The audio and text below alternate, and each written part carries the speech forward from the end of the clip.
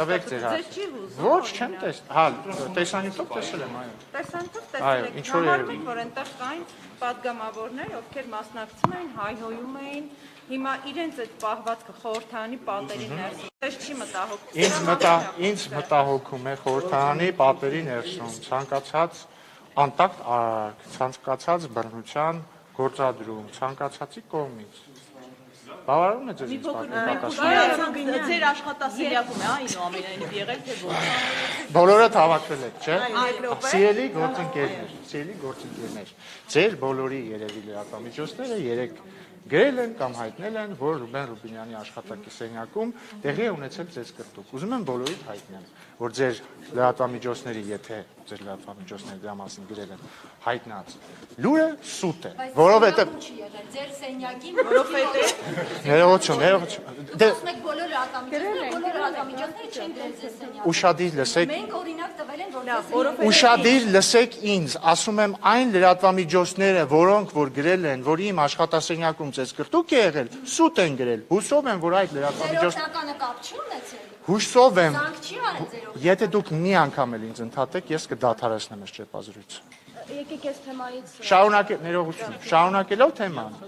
իմ աշխատասենյակում որևէ միջադեպ երեք տեղի չի ունեցել։ Ներողություն։ Իմ աշխատասենյակում տեղի չի ունեցել զրույց, տեղի չի ունեցել խոսակցություն, տեղի չի ունեցել ծեծկռտուք։ Ես իմ աշխատասենյակում նստած հանգիստ, միայնակ, կարդացել եմ լուր, թե ինչպես է իմ աշխատասենյակում ծեծկռտուք տեղի ունենում։ Սա ֆիքսեցինք։ Հաջորդ հարցերը։ Բա ինչ դուրս չեկաք, տեսնեք։ Չէ, առաջին հերթին դուրս եկա իմ երկու օգնականներին շտաբ հրավիրեցի ներս, որովհետև երիտասարդ աղջիկներ են, որպեսզի չլսեն այդ խայտառակ հայհոյանքները, հետո մնացած մարդկանց մի մասին կանչեցի իմ սենյակ, որպեսզի կրքերը դադարեն։ Դե ես երևի նորից կրկնեմ, հա, ուշացածների համար, որքանով որ ես եմ տեղյակ։ Տեղի է ունեցել խոսակցություն երկու խմբակցությունների մի շարք օգնականների մասնակցությամբ։ Ավելի վաղ այդ օրը տեղի ունեցած միջադեպը հարթելու համար, որը վերածվել է ծեծկռտուքի միջանցքում։ Այսքանը գիտեմ ես այս պահին։ Ալեն Սիմոնյանի հայտարարության հետ կապված, Ալեն Սիմոնյանի գերիների վերաբերյալ հայտարարության հետ կապված ինչ կարող եք ասել, որովհետև Ալեն Սիմոնյանի հայտարարությունը հաջորդում է Նիկոլ Փաշինյանի հայտարարություններին գերիներին պատասխանատվության ենթարկելու վերաբերյալ։ Հիմա այս քաղաքական ուժը այդ հարցը չի կարողանում լուծել եւ որոշել եք հիմա գերիներին մեղադրել, նրանց վերադարձնելու հարցը փակված եք համարում, սա հարցնում եմ ուղղակի։ Եվ պատրաստվում եք արդյոք գերիների հետ։ Ես հիմա Եվ այսօր ինչու որևէ մեկը չմոտեցավ, Ես հիմա կպատասխանեմ ձեր հարցերին, բայց մի պայմանով։ Ընթացքում ոչ մեկը չպետք է ընդհատի։ հարցը տրվելու կա։ Գերիների թեման շատ նուրբ եւ բազմաշերտ թեմա է։ Եվ ունի մի քանի շերտեր կարևոր։ Շերտ համար 1։ Մենք միանշանակ պիտի ամեն ինչ անենք, որպեսզի Ադրբեջանում ապօրինի կերպով եւ նաեւ ձեռք բերված պայմանավորվածությունների, այդ թվում նոյեմբերի 9-ի հայտարարության խախտմամբ պահվող գերիները անհապաղ վերադարձվեն Հայաստան։ Սա քննարկման ենթակա չէ, սա բոլորը նշել են, շարունակում են նշել։ Սա 1։ Երկրորդը գերի ընկնելու հանգամանքները ոչ միայն հիմա, ոչ միայն ներկայիս գերիների, ընդհանրապես աշխարհում միշտ պետք է պարզվեն։ Ինչու՞։ Որովհետև ընդհանրապես ինչու են օրինակ ինչու կա քրեական օրենսգիրք, նաև զինվորական եւ այլն, որպեսզի կանոնակարգված լինի Հայաստանի պաշտպանությունը։ Եվ շատ կարևոր է ճշտել հանգամանքները, թե ինչու է այս կամ այն իրադարձությունը տեղի ունեցել։ Երրորդը, իմ անձնական կարծիքն այն է, որ ռազմագերիների թեման հանրային առումով պետք է շոշափել հնարավորինս քիչ, ինչու, որովհետև նախ Ադրբեջանը փորձում էր մեր ռազմագերիներին օգտագործել որպես պատանդ մեր դեմ, այսինքն որպես շանտաժի միջոց մեր դեմ, եւ մեր ցանկացած քննարկում օգնում է նրան, որպեսզի Ադրբեջանը դա անի։ Հաջորդը եւ ես խնդրում եմ չընդհատել եւ ինչ ճիշտ հասկանալ։ Չէ, ես չեմ կարող արագ ասել, որովհետեւ ներողություն, չեմ կարող արագ ասել, որովհետեւ ամիսներ շարունակ կարճ խոսում են գեյների մասին։ Դրա համար ստեղծվում է այսպիսի արժեքային ներողություն արտահայտության համար բարդակ։ Ինչն է նրբությունը գերիների թեմայում։ Գուցե թողեք շարունակեմ։ Ինչու է կանոնում գերիների հարցին նրբությունը, որովհետև մի կողմից մենք չենք ուզում, որպեսզի մեր որևէ քաղաքացի գերության մեջ լինի, կամ իրեն նսեցմացած զգա, կամ վերադարձած գերին նախկին արդեն նսեմացած զգա, մյուս կողմից շատ կարևոր է, որպեսզի մեր հանրությունը ընդհանրապես հասկանա, որ կամ ոչ թե հասկանա, այլ իմանա, եւ նաեւ զինծառայողները իմանան, որ գերի ընկնելը լավ բան չի եւ հուսով եմ հասկանում եք ինչու լավ բան չի, որովհետեւ դա չի օգնում, որպեսզի մեր սահմանները պաշտպանված լինեն։ Սա է ամբողջ պատմությունը։ Ես հուսով եմ շատ հստակ Հայաստանի պատմության առաջարկը ոնց է կարգավորել, որ մարդիկ գերի ընկնեն, դա ինչպես են մեր ինչպիսի հանգամանքներ են եղել, այսինքն որևէ մեկը նախաքննություն ընթացել է, ավարտվել է եւ ինչ որ մեկը կարող է կանխակալ գնահատական։ Իհարկե ոչ ոք չի կարող։ Բայց այս դեպքում դրա հետ գործ։ Ներողություն, դուք որևէ կանխակալ գնահատական լսեցիք իմ կողմից։ Պարոն Բերնյան, այսօր հրապարակվել է գերիների ցուցմունքներից հատվածներ, ինչ եք կարծում, արդյոք կարելի է գերիների ցուցմունքը նախ հրապարակել եւ արդյոք սա նախաքննության գաղտնի չէ ու ում է ձեռնտու։ Ես քանի որ հենց նոր եմ տեսել այդ հրապարակումը չեմ կարող ներկայացնել։ Իսկ Հայաստան խմբակցության առաջարկին այսօր հարց ու պատասխանից հետո գերիների հետ հանդիպում կազմակերպել վարչապետի, գերիների հարազատների, ԱԳՆ-ի, ՊՆ-ի հետ։ Այս ամբողջ ընթացքում գերիների հարազատների հետ բազմաթիվ հանդիպումներ եղել են, այդ թվում ամենաբարձր մակարդակով եւ այսպես ասեմ, ընդդիմության միջնորդությունը այդ հարցում պետք չէ, եւ եթե կարիք լինի տարբեր պաշտոնյաներ հանդիպեն, կհանդիպեն։ Պարոն Ռուբինյան, դուք ներկայացրեցիք ձեր տեսակետը գերիների հետ կապված։ Այնուհանդերձ սկանդալային է դարձել պարոն Ալեն Սիմոնյանի հայտարարությունը եւ Երևանի ընդհանուր մինչեւ հրաժարականի կոչվելուց, այս թվում ընդդիմության հրաժարականի հարց եւ արդյոք խնդրահարույց չեք համարում, մասնավորապես շեշտվում է, որ պարոն Սիմոնյանը կարծես դատավորի դեր էր ստանձնել եւ արդեն մեղավոր հռչակել գերի ընկալել։ Այդ թեմայով քննարկում չենք ունեցել դեռ, բայց մի ճշտում էլի մտցնում։ Հրապարակված տեսանյութը Ալեն Սիմոնյանի հայտարարությունը չէ այն իմաստով, որ Ալեն Սիմոնյանը ոչ այդտեղ չի կանգնել եւ ասել ես հիմա մի հայտարարություն։ Այսինքն դա թաքնված տեսանկարահանում է մասնավոր զրույցից։ Ես իմ տեսակետը եւ ընդհանրապես մեր տեսակետը կարծում եմ հայտնեցի։ Գերիների թեման շատ նուրբ թեմա է։ Ընդհանրապես ես կարծում եմ, որ գերիներին պետք է ոչ հերոսացնել, ոչ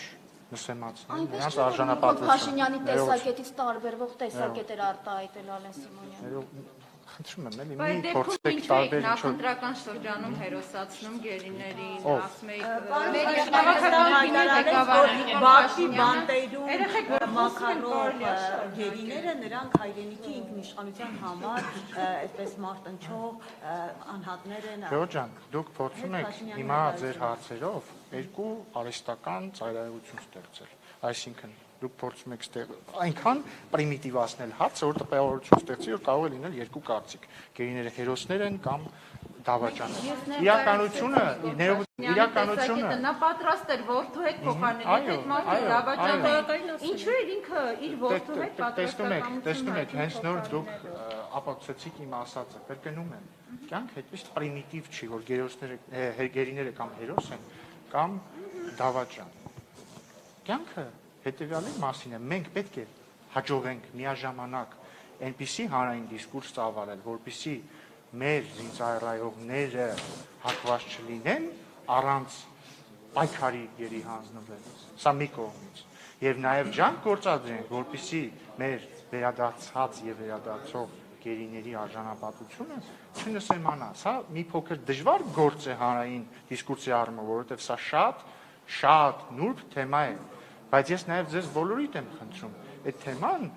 չպրիմիտիվացնել։ Բայց ինչպես դուք այդ բառը օգտագործեք, եք վարտակը ով է ստեղծել իր հրաժարականի թեմա քննարկվում է Չենք եւ տեսնում։ դուք որևէ քննարարից Այո, դրանք այսպես ասած միկրոֆոնների մոտ չեն արվել, բայց դա արտահայտել է երկի երկրորդ պաշտպան։ Իմ տեսած ամբողջական տեսանյութում Ալեն Սիմոնյանը ասում է մոտավորապես նույնը ինչ ես հիմա ասացի։ Ուղղակի ես էլ կարող եմ նույնը ինչ որ ես հիմա ասացի, նույն բովանդակությամբ այնպես ձևակերպեի, որ սկանդալային հնչեր։ Ես ուղղակի այնպես ձևակերպեցի, որ սկանդալային չհնչի, հուսով եմ։ Պարոն Ռուբինյան, Այսինքն Ալեն Սիմոնյանը տեսակետ արտահայտողը եղել, այսինքն որևէ քաղաքական պատասխանատվությամբ։ Իսկ Օրինակ իրավապաշտպանները եւ շատ ընդդիմադիրներ տեսնում են։ ես տեսնում եմ մի հարց, որը շատ նուրբ հարց է, որը ուղղակի անհնար է, այսպես ասեմ, ստերիլ պայմաններով քննարկել, որովհետեւ մի բան ասելու դեպքում վտանգ է առաջանում, որ մի խնդիր կառաջանա, մյուս բան ասելով վտանգ է առաջանում, որ մեկ այլ խնդիր առաջանա։ Ես կարծում եմ, որ մենք քաղաքական գործիչներս, դուք լրագրողներդ պետք է փորձենք հնարավորինս հասուն կերպով մոտենալ գերիների եւ նրանց ընտանիքների դեպ։ Շատ նուրբ թեմային, բայց մի բան ակնհայտ է, մենք պիտի ստեղծենք պայմաններ, այդ թվում հանրային քննարկմամբ, այդ թվում հանրային գիտակցության առումով, որ մեր զինծառայողները հնարավորինս քիչ հակված լինեն առանց պայքարի գերի ընկնելու որևէ դրվագում։ Սա է։ Հրաժարականի հարց չեք քննարկել։ 3 անգամ ասեցի ախր։ Այլ հարցեր ունեք։ Պարոն Այս հայտարարությունները արդյոք չի դժվարացնում գերիների վերադարձը միջազգային ատյաններում նրանց իրավունքները պաշտպանելու հարցը։ Մենք տեսնում ենք նաև Ադրբեջանում Ալեն Սիմոնյանի հետ կապված այդ տեսանյութը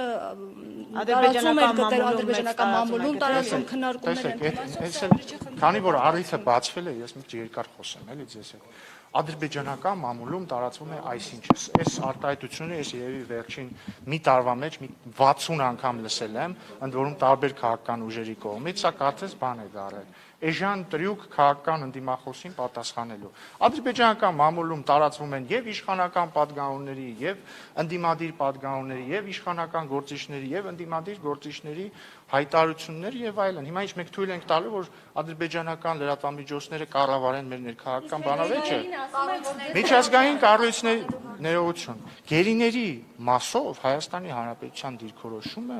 առավել քան լեգիտիմ է եւ բխում է միջազգային իրավունքից։ Որևէ հայտարարություն ճիշտ կամ սխալ չի կարող ազդել դրա վրա։ Փաստ է, որ Ադրբեջանը պարտավոր է վերադարձնել մեր բոլոր ռազմագերիներին։ Այդպես չի կարող, որտեղ դա փաստ է, որ իրենք պարտավոր են, իրենք պարտավորություն են վերցրել եւ պիտի ապահովեն այդ պարտավորությունը։ Համաձայնություն տրվեց դեմարկացիայի դելիմիտացիայի գործընթացին նախապայման չդնելով գերիների հարցը։ Վերջապես բովանդակային հարց։ Ես ուզում եմ հիշեցնել, որ Սոչիում կայացած հանդիպման արդյունքով հրապարակված եռակողմ հայտարարության մեջ դեմարկացիային վերաբերող հատվածը հետեւյալն է, որ կողմերը պայմանավորվել են ստեղծել, կարող է բառացի չասեմ, բայց մոտավորապես դա ստեղծել մեխանիզմներ իրավիճակը հանդարտեցնելու համար եւ գործը տանել դեպի դեմարկացիա եւ դելիմիտացիայի հանձնաժողովի ստեղծում, այսինքն այդ հայտարարությամբ չի ֆիքսվում հանձնաժողովի ստեղծում, ֆիքսվում է մեծ հաշվով երկու բան, որպեսզի որ կողմերը պետք է ստեղծեն պայմաններ, որպեսզի լարվածությունը թուլանա եւ գործը տանեն դեպի հանձնաժողովի ստեղծում։ Այդ առումով դերևս որևէ առաջընթաց չկա։ Ես այդպիսի տեղեկություն չունեմ։ Ինչպես կմեկնաբանեք Ռուսաստանի արտգործնախարարության հայտարարությունը Լավրովի պլանի հետ կապված Ալեն Սիմոնյանի հայտարարության անհեթեթություն էին որակել։ Արդյոք սա երկու երկրների միջև այսպես սկանդալ չի։ Սկանդալ չի, իսկ Ալեն Սիմոնյանը ինքը մեկնաբանել է, դրվագ ես ավելացնելու բան չունեմ։ Այդ Սոչիի հանդիպումից հետո, հա, կրկին հայտարարվեց, որ տեսեք միջանցք չի լինելու, այս չի լինելու, բայց կարծես թե ձախողվեց փոխվարչապետերի հանդիպումը, հետո դրանից հետո Ալիևը նորից խոսում է միջանցքի մասին։ Ինչ որ պայմանավորվածություններ են խախտվել։ Սոչիի Ուզում եք խոսեք, շարունակենք։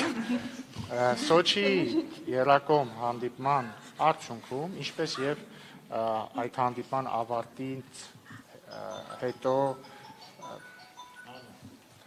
տեղի ունեցած ասուլիսի ժամանակ ասվեց, ֆիքսվել էր, որ կողմերը նույնպես նույն կերպ են տեսնում տարածաշրջանային կոմունիկացիաների ապաշրջափակումը բառիս գլոբալ իմաստով, այսինքն որ ֆիքսում էր, որ այո, միջազգային տրամաբանություն չի լինում, որ ցանկացած ճանապարհ, որը անցնում է համապատասխանաբար Հայաստանի եւ Ադրբեջանի տարածքներով, պետք է ունենա համապատասխանաբար, պետք է լինի համապատասխանաբար Հայաստանի եւ Ադրբեջանի ինքնիշխանության ներքո, որ երթևեկությունը պետք է տեղի ունենա համապատասխան մաքսային եւ սանեպիդ եւ այլ վարչահարությամբ եւ տարակուսելի է շատ, որ դրանից հետո տեղի ունեցավ Ադրբեջանի նախագահի հայտարարությունը, որը ամբողջությամբ հակասում էր Սոչիի հանդիպման արդյունքով ֆիքսված պայմանավորվածություններին եւ եթե հետեւել եք Հայաստանի արտգործնախարարությունը հայտարարություն է արել, որտեղ այն ինչ որ ես հիմա ասացի, շատ ավելի մանրամասն է ներկայացված։ Պարոն Ռուբինյան, ես ուզում եմ անդրադառնալ արտգործնախարարի ԵԱԿ Մինսկի խմբի անդամ երկրների արտգործնախարարների վերջին հայտարարությանը։ Այնտեղ պահվող անձին արտահայտությունն է կիրառվում եւ ոչ ռազմագերիներ, այնինչ Հայաստանը տարբեր միջազգային հարթակներում բարձրացնում է եւ պնդում, որ Ադրբեջանում ռազմագերիներ են պահվում։ Նախ սրանք ուզեմ անդրադառնալ, ինչ է սա նշանակում, որ միջազգային հանրությունը ըստ էության այսպես չի ընդունում Հայաստանի տեսակետը, Հայաստանին չի հաջողվել դա այսպես ապացույց որպես դնել, ինչու այդ տերմինը չի օգտագործում եւ երկրորդ հարցս տարածքային ամբողջականության եւ ազգերի ինքնորոշման այդ սկզբունքների չկիրառումն է այդ հայտարարության մեջ, այսինքն այդ տերմինաբանության չկիրառումը փոխարենը հումանիտար հարցեր, այսինքն Ղարաբաղում միայն հումանիտար հարցեր կան։ Վերջից սկսեմ, նախ այս տարի ավելի վաղ ԵԱԿ Մինսկի խմբի համանախագահները հայտարարություն էին արել, որտեղ կողմերին կոչ էին արել վերսկսել բանակցությունները հակամարտության հանգուցալուծման շուրջ կողմերին հայտնի տարրերի եւ սկզբունքների հիման վրա, իսկ այդ տարրերն ու սկզբունքները բոլորին հայտնի են, այսինքն նկատի ունեմ այս տարվա այլ հայտարարության մեջ եղել է կապված պահվող անձանց տերմինի հետ, եթե կհիշեք նոյեմբերի 9-ի հայտարարության մեջ նույնպես մի քանի տերմիններ են նշվում, որ կողմերը պարտավորվում են միմյանց վերադարձնել ռազմագերիներին, պատաններին եւ այլ պահվող անձանց։ Ես ենթադրում եմ, որ ձեր մատնանշած հայտարարության մեջ օգտագործված է պահվող անձինք տերմինը, որպեսզի Ադրբեջանը հնարավորություն չունենա տարանջատում մտցնել, այսինքն ֆիքսված է, որ անկախ կարգավիճակից նրանց Ադրբեջանը ռազմագերի է համարում, թե տերորիստ է համարում, թե այլ բան է համարում, նրանք պարտավոր են վերադարձնել։ Այսինքն դուք նույնիսկ դրական եք համարում այս արտահայտության օգտագործումը։ Որովհետև այդ արտահայտության օգտագործումը տեխտ չի թողում տարբեր ինտերպրետացիաներին հղում տալով հրաժարվել հանձնել ռազմագերիներին։ Պարոն Ռուբինյան, ի վերջո հստակեցվեց իշխանասարում ադրբեջանցիները նահանջել էին, թե ոչ, որովհետև շատ հակասական էին տեղեկությունները։ Ես այստեղ միայն պիտի հղում անեմ Պաշտպանության նախարարությանը եւ քանի որ առիթը բացվել է եւս մեկ անկեղծ բան ձեզ խնդրեմ։ Ընդհանուր առմամբ ես ականատես եմ եղել, թե ինչպես են վերջի շրջանում օրինակ տարբեր համայնքապետեր լավ կամ վատ լուրեր հայտնում, որոնք արդյունքում պարզվում են, որ ճիշտ չեն, եւ լավ լուրերը, եւ վատ լուրերը։ Ես իհարկե հասկանում եմ, որ պատերազմից հետո հանրության շրջանում հասկանալիորեն կասկածամտություն կարող էր առաջանալ եւ թերևս մասամբ առաջացել է պաշտպանության նախարարության հայտարարությունների հանդեպ, բայց եթե մենք այսպես շարունակենք, դա ուղղակի մեզ կտանի տեղեկատվական քաոսի։ Ես բոլորիդ կոչ եմ անում ամեն լուր կապված անվտանգության սահմանների հետ, որ լսում եք, նախ ճշտեք պաշտպանության նախարարությունը։ Այսինքն դա լավ լուրեր է, չհաստատվեց, ճիշտ հասկացա՞ց ես։ Այդ լուրի հետ կապված պաշտպանության նախարարությունը հայտարարություն տարածել է կամ մեկնաբանություն, ես ավելի բան չունեմ։ Պարոն Ռուբինյան, դուք ասացիք, որ ձեզ համարել էր տարակուսելի Ալիևի հայտարարությունը։ Հիմա փաստորեն Միջանցքի հարցը նորից օրակարգ է բերվում։ Մենք ինչ Միջանցքի հարցը երբեք չի եղել օրակարգում եւ չի կարող լինել օրակարգ Այսինքն օրակարգ ասելով ինչ ենք հասկանում։ Օրակարգ ասելով ինչ ենք հասկանում։ Օրակարգը մի հարցերի կամ տրամաբանությունների շղթա է, որը դրվում է X ֆորմատի քննարկումների հիմքում։ Այդ ֆորմատները մեծ հաշվով այսքան ժամանակ եղել են երկուսը։ Մեկը 3 երկրների ղեկավարների ֆորմատը, այսինքն 3 ղեկավարները հանդիպել են մեկ անգամ Մոսկվայում հունվարի 11-ին, մեկ անգամ Սոչիում ամսաթիվը մոռացա, վերջերս։ Եվ հունվարի 11-ի, այո, 26-ին, եւ հունվարի 11-ի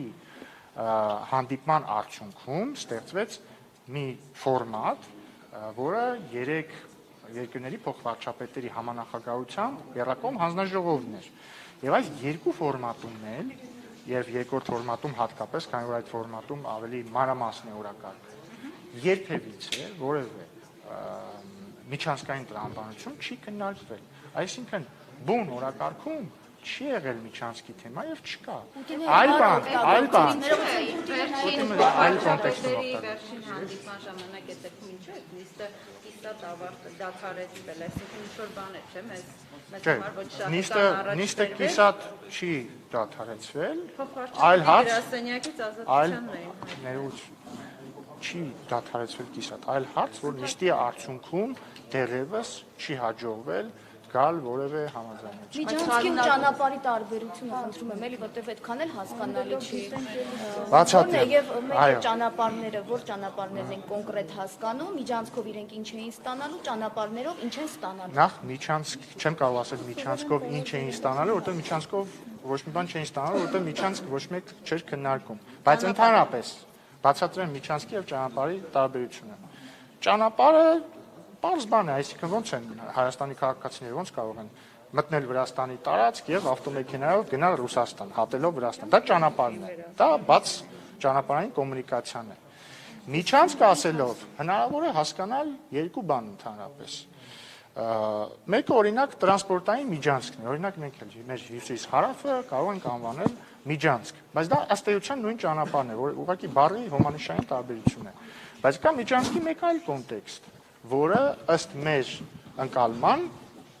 նկատի ունեն ադրբեջանցիները, երբ օգտագործում են։ Դա ճանապարհն է, որը ունի սուվերենային այլ կարգավորում։ Այսինքն, որ օրինակ այդ միջանցքը չի գտնվում ամբողջությամբ X երկրի ինքնիշխանության ներքո։ Սա է խնդիրը եւ այդ տրամաբանությունը բնականաբար մեզ համար երբեք ընդունելի չի եղել։ Որոտանում ու ճակատենում այդպես է, այսինքն ստացվում է, որ բառախաղի արդյունքում ի վերջո իրենք քիչ-քիչ ստանում են այն Ներողություն, շատ լավ թեմա բացեցիք իդեպ։ Ավարտելով միջանցքի բացատրությունը, այսինքն միջանցքը այն իմաստով, որը մեզ համար երբեք ընդունելի չի եղել, չէ եւ չի լինելու, այն է, որ որևէ ճանապարհ, որը ունի ինչ-որ այլ կարգավիճակ ինքնիշխանության իմաստով, սա բնականաբար ընդունելի չէ։ Խոսելով Ճակատենի եւ Գորիս Կապանի մասին։ Ուղղակի շարունակությունը, որպեսզի հստակեցնենք ու փակենք թեման։ Այսինքն, եթե մենք ճանապարհ ենք տալիս Նախիջևանը Ադրբեջանին կապող հատվածի, սա լինելու է միայն Հայաստանի վերահսկողության տակ, թե այնուամենայնիվ կքննարկվի Ռուսաստանի եւ այլ երկրների։ Ամբողջ տրամաբանությունը մինչ այս պահը բանակցությունների եղել է հետևյալ տրամաբանությամբ, որ տարածաշրջանային բոլոր ենթակառուցվածքները պիտի ապաշրջափակվեն, այդ թվում բուն Ադրբեջանից Նախիջևան, կապը երկրների ամբողջական ինքնիշխանության ներքո եւ ներքին ընթացակարգերի ամբողջական պահպանմամբ, այսինքն որ X ճանապարհը, որը գտնվում է Հայաստանի տարածքում, պիտի լինի ամբողջությամբ Հայաստանի ինքնիշխանության ներքո, ամբողջությամբ պիտի այդտեղ գործի Հայաստանի ներքին օրենսդրությունը։ Սա մասին է խոսքը։ Ստացվում է, որ այդ Որոտանի եւ Ճակատենի հիմա Գորիս Կապանի մասին։ Ես այսօր որոշել եմ այնքան խոսամ, մինչև դուք ինքներդ դադարեք եւ գնաք։ Տեսեք, ինչ է ամբողջ պատմությունը Գորիս Կապան եւ Կապան Ճակատեն ճանապարհների։ Նոյեմբերի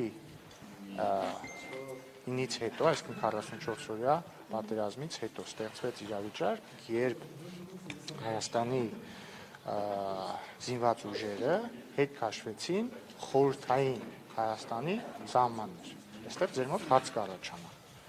Իսկ ինչպես իմացաք, որ հենց դրանք են սահմանները։ Շատ տրամաբանական հարց է։ Իդեպ զարմանում ինչի օրինակ այդ հարցը չի առաջանում նույն գեղարքունիքի հատվածում, այսինքն Քելբաջարի կամ Խարվաճարի շրջանի հետ կապված։ Ես ասում եմ, ինչու դա, ինչպես դա իմացանք։ Նույն տեղից, որտեղից որ մենք գիտենք, որ օրինակ Սև լճի եւ Վերին շրջայի հատվածում ադրբեջանցիները ապօրինի կերպով ներխուժել են Հայաստանի Հանրապետության տարածք։ Կրկնում եմ, որպեսզի ես օրինակ հնարավորություն ունենամ լեգիտիմ կերպով, այդ թվում միջազգային հանրությանը ասել, որ Սև լճում, Վերին շրջայում կամ նույն Իշխանասարի մոտ գտնվող հատվածում ադրբեջանցիները ագրեսիա են կիրառել եւ ներխուժել են Հայաստանի Հանրապետության միջազգայինորեն ճանաչված սուվերեն տարածք, ես պիտի նաեւ ֆիքսեմ մեծ հաշվով թե ես ինչն եմ համանում Հայաստանի սահմանը։ Բայց դուք դեմարկացիայով գործընթաց ո՞նց եք անում այդ սահմանը։ Ես նորից կպարզեմ։ Հիմա ինչ վերաբերում է Գորիս Ստապան ճանապարհին։ Ողջամիտ տրամաբանություն է, ինչ ողջամիտ տրամաբանություն։ Ես օրինակ բերեցի այդ ողջամիտ տրամաբանությունը։ Երբ որ ասում եմ, որտեղից գիտեք, որ օրինակ Գորիս Ստապան ճանապարհի մի 21 կիլոմետրանոց հատվածի որոշ հատվածներ չեն գտնվում Հայաստանի Հանրապետության տարածքում, ես ասում եմ, գիտեմ նույն տեղից, որտեղից որ գիտեն, որ Սև լճի եւ Վերին շրջայի հատվածներում օրինակ ադրբեջանցիները Որտեղից։ Հիմա շարունակեմ, որևէ քարտեզով խորհրդային ժամանակների այդ հատվածը Գորիս Ստապան ճանապարհի ցավոք չի գտնվում Հայաստանի տարածքում։ Նկատի ունեք 20-ականների գտնվում։ Որևէ քարտեզ։ Այսինքն քարտեզագետները ասում են, որ քարտեզագետները ասում որ նույն Էյվազին Փաշինյանի շատ 1940 թվականին է տրվել Ադրբեջանի խորհրդային միության Ես ձեզ մի գաղտնիք ասեմ, վերջերս խոսում եմ Վարչապետ Մայր Գրիգորյանի հետ, ինքը նույնպես լուրերով տեսել էր մի քարտեզագետ ու բաներ ասում, հատուկ կանչել էր իր մոտ, ասել էր խնդրում եմ, ես ինձ պետք է բացատրես այդ ինչ քարտեզ է եւ այլն, որ օգտագործենք։ Պարզվել էր այդպեսի բան չկա։ Հիմա ես ասում եմ, ներողություն, այսինքն բոլոր քարտեզներ ունեք, բայց ինչու եք շտաբում դեմարկացիայի գործընթաց, եթե դուք գիտեք որտեղով է անցնում Հայաստանի սահմանները։ Հիմա օրինակ մենք հայ-վրացական սահման կա։ Միջև հիմա դուք Չէ, պատասխանեք իմ հարցին։ Կա, չէ։ Իսկ դուք գիտեք, որ հայ-վրացական միջկառավարական հանձնաժողով կա, որը արդեն 10 տարիներ դեմարկացիա եւ դելիմիտացիա է։ Դե ասում եք ինչի, ես էլ պատասխանում ինչի։ Հիմա կապված Գորիս Ստապանի հետ։ Մեր տարածքում է անցնում, այսինքն մենք կարող ենք միտեղ մի բան զիջենք, դա վերցնենք, եթե նույնիսկ դրացնենք։ Հիմա գալիս ենք հետեւյալին։ Մի բան զիջենք, մի բան վերցնելուն ենք գալիս։ Հիմա եկանք արդեն մաքսակետի թեմային։ Եթե կհիշեք, մաքսակետը Ադրբեջանը տեղադրեց երբ էր նոյեմբերի կեսերին։ Այն բանից հետո, երբ Ռուսաստանի փոխվարչապետ Օվերչուկը եղել էր Հայաստանում եւ հրապարակային հայտնել էր հետեւյալը, որ Եռակոմ հանձնաժողովը 3 երկրների փոխվարչապետերի քննարկում են տարածաշրջանային կոմունիկացիաների, այսինքն պարզ լեզվով ասած ճանապարհների բացումը հետեւյալ տրամաբանությամբ, որ այդ ճանապարհները պիտի լինեն ամբողջությամբ այն երկրի ինքնիշխանության ներքո, որի տարածքում անցնում են եւ համապատասխան ներպետական ընթացակարգերով պիտի տեղի ունենա երթևեկությունը, մաքսային հարցերը եւ այսպես շարունակ։ Եվ որից հետո ըստ իմ գնահատականի Գորիս Ստապան ճանապարհի այդ 21 կիլոմետրանոց հատվածի մի հատվածում աքսատուան տեղադրումը Ադրբեջանի ռեակցիան էր այս փաստի ֆիքսմանը, ինչ նկատի ունեմ։ Իմ տպավորությամբ մինչ այդ Ադրբեջանը փորձում էր Գորիս Ստապան ճանապարհը ներկայացնել որպես իր կողմից տրված ճանապարհ միջանցքային տրամաբանությամբ, որի դիմաց իրենք ուզում էին ստանալ մեր կողմից տրվելիք կամ տրվող ճանապարհ միջանցքային տրամաբանությամբ եւ այդ մաքսակետը դնելով այդ մաքսակետի տեղադրումը որպես ֆիզիկական երևույթ բնականաբար նեգատիվ է, նկատի ունեմ, որ դա խնդիրներ է առաջացրել մեր քաղաքացիների համար, իդեպ ժամանակավոր խնդիրներ, որովհետև նոր ճանապարհների կառուցումով, որոնք կառուցվում են, դրանք կլուծվեն, բայց բարիս, այսպես ասեմ, փաստարկային իմաստով միջազգային բանակցություններում դա այնքան էլ վատ փաստ չէ, որովհետև այսպիսով Ադրբեջանը ոչ թե մենք մտանք Ադրբեջանի միջանցքային տրամաբանության մեջ, այլ փաստորեն Ադրբեջանը մտավ մեր ոչ միջանցքային տրամաբանության մեջ։ Խնդրում եմ հարցրեք նորից։ Ես չհասկացա, ինչպես տրամաբանության մեջ եւ մենք ոչ իրենց, որովհետեւ իմ տրամաբանությամբ մենք ենք կարծես իրենց տրամաբանության մեջ։ Բացատրեմ, նորից անհոգնում բացատրեմ։ Բայց ինչի՞ չեք հրապարակում, ներեք այդ քարտեզները, Որտեղից գիտեք, էլի չեք պատասխանում։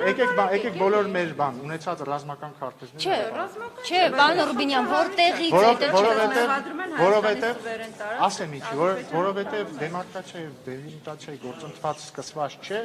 նույնիսկ պայմանավորվածություն չկա դրա սկսման վերաբերյալ։ Հիմա քարտեզները իմաստը ո՞րն է հրապարակում նախապես։ Իսկ ասեք այդ որտեղից գիտեք։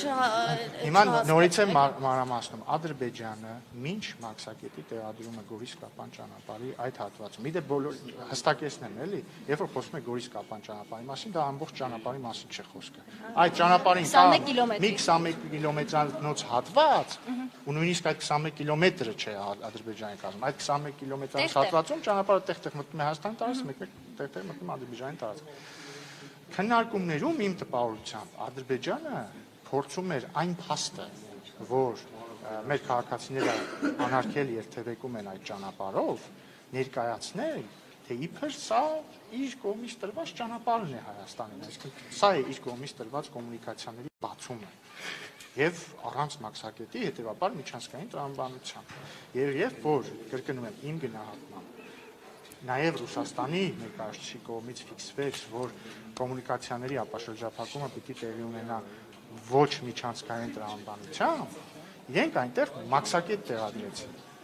Մեծ հաշվով մտնելով մեր տրամաբանության մեջ, որովհետև մենք ինչ ենք ասում, եթե տարածաշրջանային կոմունիկացիաները, այլ կերպ ասած ճանապարհները պիտի բացվեն, ապա Հայաստանի տարածքով անցնող ցանկացած շարժ պիտի լինի Հայաստանի ինքնիշխանության ներքո եղած ճանապարհով, Հայաստանի մաքսակետերով եւ բոլոր ընթացակարգերով։ Բայց դա մեր ինքնիշխանության ներքո տարածք էր, որը ինչ-ինչ պայմանավորվածությունների արդյունքում տրվել էր թշնամուն։ Դրա հակադարձումն էլ չասեք, որ նոյեմբերի 9-ի հայտարարության պարոն Ռուբինյան։ Գորիս-Կապան ճանապարհի այդ հատվածը, կրկնում եմ, ցավով, որևէ քարտեզով խորհրդային Հայաստանի տարածքում չի եղել։ Բայց միության քարտեզները ասում են վարչատարածքային քարտեզի մասին է խոսքը։ Վարչատարածքային քարտեզով միջպետական սահման չի գծվում։ Այս դրա վերաբերյալ ինչ կասեք։ Միջպետական սահմանը։ Եվ ի վերջո սահմանադրությամբ պիտի հանրաքվե լինի, պիտի որոշվի, չէ՞, ի վերջո ժողովրդին պիտի։ Միջպետական սահմանը ֆիքսվում է միջկառավարական հանձնաժողովով կամ դեմարկացիա եւ դելիմիտացիայի հանձնաժողով։ Այստեղ խոսքը ոչ թե այսպես ասենք սահման ոչ թե դելիմիտացիայի մասին է, այլ ի վերջո լավ հիմա մենք Վրաստանը գիտենք չէ որտեղ է Հայաստանը ավարտում, որտեղ սկսում Վրաստանը բնականաբար խախտման մասին եմ ես հարցում, պարոն Ռուբինյան, որովհետև նույն փորձագետներն նշում են, որ վարչատարածքային քարտեզը չի կարող հիմք լինել միջպետական սահմանի գծման համար։ Դրա համար հիմք է լինում տվյալ երկրի սահմանադրությունը եւ պետությունների միջև ձեռք բերված վերջին պայմանավորվածությունը, այսինքն նյութենական քարտեզը չի կարող լինել։ Հիմա դեմարկացիա եւ դելիմիտացիայի հանձնաժողով չկա դեռ։ Չգիտեմ կլինի, չի լինի, բայց չկա դեռ։ Այդ դեմարկացիա եւ դելիմիտացիայի հանձնաժողովը եթե ստեղծվի, այդ ժամանակ դեմարկացիա եւ դելիմիտացիայի հիմքում պետք է դրվեն իրավական հիմք ունեցող փաստաթղթերը իդեպ ոչ թե քարտեզները, այլ քարտեզի տակ եղած իրավական հիմքերը։ Հիմա երբ որ մենք հասնենք այդ գործընթացին, եթե հասնենք այդ գործընթացին, կարողանանք շատ ավելի մանրամասն խոսել սրա մասին։ Մենք այդ գործընթացին չենք հասել, ադրբեջանցիները եկել կանգնել են Գորիս-Կապանին, մենք էլ ասում ենք Բանարկում ենք հիմա խոսում ենք զուտ տարածքի առումով եւ այդ ճանապարհը, բայց այդ բնակիչների անվտանգության հարցեր կանգնում եմ հիշեցնել նաեւ որ նույն սահմանապահները Ադրբեջանի կողմից ժամանակին զինծառայողների նկատմամբ էին նաեւ հանցագործություն նաեւ ռազմական ըստեյության։ Ճիշտ եք ասում, բայց ես որպեսզի թեման իմի բերեմ եւ հուսում եմ այլ հարցեր չեն։ Այսինքն հասկանում եք տրամաբանությունը որ կիրառվում է, սա հաշվի է։ Ես ուզում եմ որպեսզի թեման իմի բերեմ։ Ի վերջո այս ամբողջ խոսակցությունը ինչի մասին է։ Երկու հակադիր կարծիքներ են։ Մի կարծիքը հետեւյալն է. հայ-ադրբեջանական սահման չկա։ Դա օրինակ ես լսել եմ մեր որոշ գործընկերներից Հայաստան դաշինքի։ Աժե ամբիոնից, այսինքն նորմալ է, բանավեճ է։ Երկրորդ կարծիքն այն է, որ հայ-ադրբեջանական սահման կա, դա իմ կարծիքն է։ Ինչու եմ ես կարծում, որ իմ կարծիքը ավելի բարենպաստ է Հայաստանի արտաքին եւ անվտանգային շահից ելնելով, որովհետեւ երբ որ դու ասում ես չկա սահման, դա անխուսափելիորեն հեղեղուկացնում է, այսպես ասենք, շփման գիծը։ Ես կանադարամ ձեր ասացի։ Այսինքն, երբ որ դու ասում ես չկա հայ-ադրբեջանական սահման, քո համար կարող է, չէ, դրա հետևանքով ադրբեջանցի համապատասխան պաշտոնյանն ասի դե այն ասում են սահման չկա, ես էլ կարծում դեմարկացված չի սահմանը, ես էլ բան, կարծում եմ ստեղ է։ Հետևաբար միշտ սահմանի հեղեղուկությունը ձեռնտու է այն կողմին, որը ագրեսիվ է, այն կողմին, որը ունի ծավալապաշտական նկրտումներ։ Հայաստանի Հանրապետությունը ոչ ագրեսիվ է, ոչ էլ ունի ծավալապաշտական նկրտումներ։ Հետևաբար պետք է մեզ, շատ պետք է մեզ ֆիքսել, որ կա հայ-ադրբեջանական սահման, ինչը հստակեցնեմ, որևէ կապ չունի Արցախի հետ, որտեղ Արցախի հարցը տարածքային հարց չէ, դա ինքնորոշման հարց է։ Պարոն Ռուբինյան, այսինքն անվտանգության հարց ուզում եմ հասկանալ այդ տրամաբանությամբ, որ մենք շարժվում ենք։ Թեկուզ ձեր ասած տրամաբանությամբ թող դա մասնագետները դες արձագանքեն։ Այս պարագայում մենք հաշվի ենք առնում, ի վերջո այդ բնակիչները չեն հայտնվում արդյոք շրջափակման մեջ, անվտանգությունը նաև այդ թեկուզ մեքենան, որ անցնի, մենք բազմաթիվ դեպքեր ենք տեսել, թե ինչ պահվածք են իրենք դրսևորում, ասացի սկսված զինծառայողների նկատմամբ, սկսած նաև մեքենաների վարորդների եւ այլն։ Հիմա մենք հաշվի ենք առնում այդ տրամաբանության մեջ բնակչության նաև անվտանգության հարցը։ Հարցը հասկացա, պատասխանում եմ։ Երբ որ անցած տարվա դեկտեմբերին ստեղծվեց այդ իրավիճակը կապված Սյունիքի հատվածում շփման գծի հետ, անմիջապես, երբ հայտնի էր, որ խնդիր է առաջանալու կամ խնդիր կարող է առաջանալ Գորիսկապան ճանապարհի այդ հատվածի հետ, անմիջապես սկսվել են աշխատանքներ ալտերնատիվ ճանապարհի կառուցման ուղղությամբ եւ բառացիորեն այդ մաքսատկետի տեղադրումից 1-2 օր առաջ արդեն այդ ճանապարհը պատրաստ էր, խոսքը Տաթև-Աղվանի ճանապարհատվածի մասին է, որը անվտանգ է, որը անվտանգ է, որը անցանելի է բոլոր սեզոններին, բոլոր տեսակի ավտոմեքենաների, այդ թվում բեռնատարների համար։ Բայց այդ հատվածում գտնվող որոշ բնակավայրերի համար ժամանակավոր խնդիրներ այո առաջացել են, բայց այդ խնդիրները նույնպես լուծելի են եւ լուծման ընթացքում են, որովհետեւ այլ ալտերնատիվ ճանապարհներ են նույնպես կառուցվում, որպեսզի որևէ խնդիր չառաջանա։ Որևէ կետում որևէ բնակավայր շրջափակման մեջ չի եղել այն իմաստով, որ կապը կտրվել է արտաքին կամ Հայաստանի այլ հատվածների հետ, բայց այո, ինչ որ փուլում խնդիրներ առաջացել են, դեռ որոշ խնդիրներ կան, բայց դրանք լուծման ընթացքում են եւ կլուծվեն։ Այսպես է ապա բնակավայրերը մեկուսացման մեջ չեն։ Ոչ, ու երբեք չեն։ Ներխուժման Կրկնում եմ, ես չեմ խոսում։ բնակավայրերը մեկուսացման մեջ չեն հայտնվել ադրբեջանցիների Հայաստանի սուվերեն տարածքում հայտնվելուց հետո։ Ոչ, դժվարություններ բնականաբար առաջացել են, այդ թվում տրանսպորտային, բայց եթե խոսում ենք, եթե մեկուսացում ասելով նկատի ունեք ապա շրջափակում, ոչ, այդպիսի բան երբեք չի եղել, հուսով եմ բավական է այս հրաշքը։ Վերջին հարցը։ Պատերազմի վտանգ տեսնում եք, որովհետև հաստորեն Ալիևը ժամկետ էր ասում, թող ինձ ասեն, այլապես ուժի լեզվով գործոնով կվերցնեն ինչ ինձ։ Դուք այսօր տեսնում եք հավանականությունը, որ ռազմական գործողություններ։ Ակնհայտ էր, որ Ադրբեջանի նախագահի հայտարարությունը պարունակում էր սպառնալիք։ Ակնհայտ է, որ Հայաստանի Հանրապետությունը շատ բարդ տարածաշրջանային համատեքստում է հիմա եւ մենք շատ բարդ այս համատեքստում պետք է անենք ամեն ինչ, որպեսզի ամրապնդենք մեր երկրի անվտանգությունը, ինչը կրկնակի, եռակի, քառակի ավելի կարևոր է դարձնում մեր ներքին համերաշխություն ապահովելու հրամայականը, դրա համար վերադառնալով մեր այս այսուլիսի ամենասկզբին եւ ոչ միայն այսուլիսի ամենասկզբին, ես ուզում եմ բոլորին, բոլոր քաղաքական ուժերին, բոլոր լրագրողներին կոչ անել, ոչ միայն չմտնել ագրեսիվ հռետորաբանության մեջ միմյանց հանդեպ, ոչ միայն լինել հանդուրժող, այլ նաև ձեր լրագրողների դեպքում մի լուսաբանեք կամ քիչ լուսաբանեք ագրեսիվ մարդկանց ու հայտարարություններ։ Օրինակ, եթե ես հիմա մի ագրեսիվ բան ասեմ, կտրեք, ցույց մի տվեք, պետք չի, դա ձեր պատասխանը։ Ազգային ժողովի բոլոր ելույթները, այդ թվում նաև այն ժամանակ, երբ Նիկոլ Փաշինյանն է գալիս, կարող են հանգիստ չլուսաբանել։ Ոչ։ Մենք հիշում ենք Ոչ։ այստեղ ինչ։ Դե տեսեք, էլի ես ինչի Ասֆալտին մասին փռելու եմ մասին խոսում։ Ես ինչի մասին եմ խոսում, դուք ինչի մասին եք խոսում։ Պարոն Ռուբինյան, այստեղ տեսանկարահանող սարքեր կա, չէ՞։ Վերջին ճշտումը։ Չեք պատրաստվում այդ տեսանկարահանող սարքերի տեսագրությունը նայել, տեսնել։ Ի վերջո 3 ձեր սենյակի մոտ, ձեր միջանցքում ինչ է Իմ կատարվել։ սենյակի մասով ուզում եք հենց հիմա եկեք իմ սենյակ ցույց տամ իմ Չէ, սենյակի, նկատի որ իմ ունեմ սենյակում մարդ ով չի էր եղել։ մեղավոր, ով եկավ առաջինը, ովքեր ինչ արեցին, ովքեր հարվածեցին, չեք ուզում Այդ տեսնել, չեք չգիտեմ, ուզում արդեն բարձել։ ես բանա էլի, ու դե հետաքրքիր է, էլի այս ամբողջ ասուլիսը երևի մեր բանն է։ Ներքաղաքական վերջին դիսկուրսների խտացումն է, սկսեցինք ինչ որ Էլի ավարտեցինք բազարից, հա։ քֆուր չաֆարից եւ ձեզ կրթույկից, հետո խոսեցինք լուրջ թեմաներից, հետո վերադարձանք Հիմա ինչու եմ հարցնում, գուցե դա կանխի հաջորդ դեպքը։ դեպքը։ Վերնագրերի մեծ մասը սկզբի Գուցե դա կանխի հաջորդող դեպքերը նման բան Ես չլինի, եթե ասեցի, բացենք, բարձր ես- տանք, ասենք, տեսեք ով եկավ, ով գնաց, ով Ես- հարվածեց, ովքեր էին մասնակից։ Ջորջան, դե Կա հիմա չէ կարող եմ, տեսախցիկ։ ես հիմա կարող եմ էլի ասել, որ այս ամեն ինչը սկսվեց բան